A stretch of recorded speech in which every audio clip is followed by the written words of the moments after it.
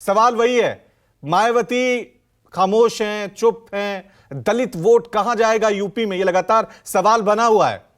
पहले तो फिक्स था कि मायावती की तरफ जाएगा, लेकिन अब बड़ा सवाल बन गया है। जिस तरह से 2022 में, इससे पहले जो यूपी में विधानसभा चुनाव हुए थे, उसने यह बता दिया है कि दलित वोट अब कहीं ना कहीं बीजेपी की तरफ शिफ्ट हो रहा है।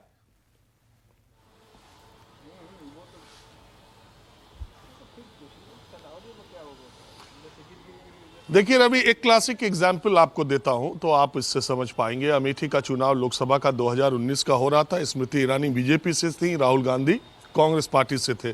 सपा बसपा ने अपना गठबंधन का कैंडिडेट वहां उतारने का फैसला नहीं किया। जहां तक मुझे मालूम है, और मुझे ठीक तरह से मालूम है, कि कांग्रेस पार्टी के एक बहुत बड़े रणनीतिकार जो अब इस दुनिया में नहीं है, उन्होंने कांग्रेस पार्टी की बैठक में बहुत अंदरूनी close party meeting, close door meeting में यह बात कही थी कि बहन मायावती को रिक्वेस्ट करके हमको अमेठी से बीएसपी का कैंडिडेट लेना चाहिए, क्योंकि 1 लाख से ज़्यादा दलित वोटर हैं वहाँ पर। और अगर वोटिंग ईवीएम मशीन में हाथी चुनाव चिन्ह दलित वोटर नहीं देखेगा तो ऐसा लगता है कि कांग्रेस से ज़्यादा, हाथ के पंजे से ज़्यादा उसकी वरीयता कमल के फूल पर होगी।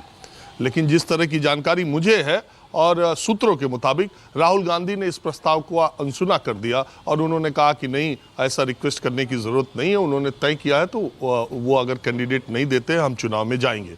नतीजा क्या हुआ? नतीजा ये हुआ कि ईवीएम पर जब हाथी चुनाव चिन्ह दलित वोटरों ने नहीं देखा तो कमल का फूल उनकी दूसरी वरीयता बना। ये वोटों से साफ है। और स्मृति ईरानी ने राहुल गांधी को चुनाव हरा दिया। अगर हाथी का कैंडिडेट, अगर बीएसपी का कैंडिडेट अमेठी में रहा होता तो क्या यही नतीजे होते? ये एक बड़ा सवाल है। दूसरी बात यह है कि अब जो दलित वोटर है वो खुद, उनकी संख्या 18 से 20% उत्तर प्रदेश में है और वो एक बहुत बड़ा चंक है। और उस पर भारतीय जनता पार्टी ने, देखिए, लोग धर्म की दृष्टि से ये बात भले कहें कि बीजेपी हिंदुत्व की राजनीति करती है, हिंदुत्व की राजनीति और हिंदुत्व का प्रतीक, लेकिन जो वो जातीय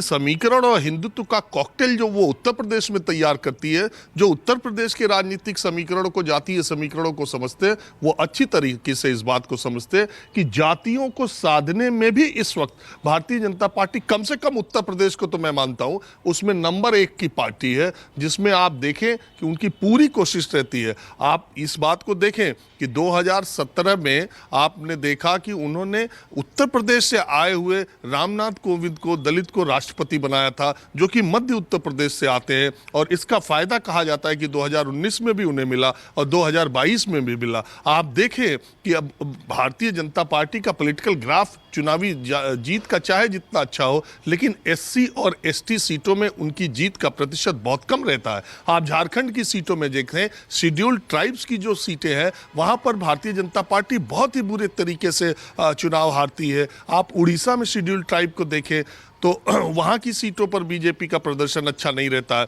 तो एससी और एसटी सीटों पर उनका प्रदर्शन अच्छा नहीं रहा, इसलिए भी बहुत हद तक ये माना जाता है, रणनीतिकार ये मानते हैं कि राष्ट्रपति लगातार एक बार दलित से और एक बार एससी से, एक बार एसटी से देने का उनका ये प्रयास रहा है।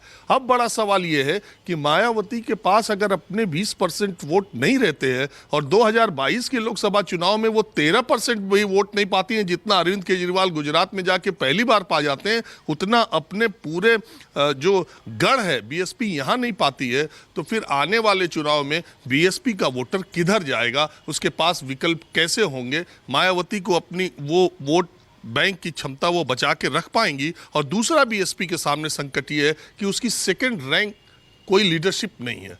दूसरी जो पीढ़ी के नेता थे, ज्यादातर बड़े नेता इस चुनाव से पहले निकल गए। अब दूसरी जो सेकंड रैंक लीडरशिप तैयार करने की बात होती है, बीएसपी ने वो भी नहीं किया है। तो 2024 का चुनाव है वो बीएसपी के आगे के जो राजनीतिक भविष्य है उस पर बहुत कुछ तय करेगा। और दूसरी बात, देश में दलित वोटर अब किधर को मुड़ने वाला है 2024 का चुनाव ये बता। बिल्कुल, देश में दलित वोटर, यूपी में दलित वोटर किस तरफ जाएगा?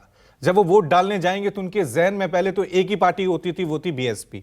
अब बीएसपी की रणनीति बदल चुकी है, तो आगे क्या होने वाला है ये अपने आप में बहस का विषय है, चर्चा का विषय है। नमस्कार, मैं हूं मानक गुप्ता। अगर आपको हमारा ये वीडियो पसंद आया हो तो इसे लाइक और शेयर जरूर करें। और हां, हमें सब्सक्राइब और फॉलो करना ना भूलें ताकि आप देश और दुनिया की कोई खबर मिस ना करें। तो जुड़े रहिए हमारे साथ और देखते रहिए News 24।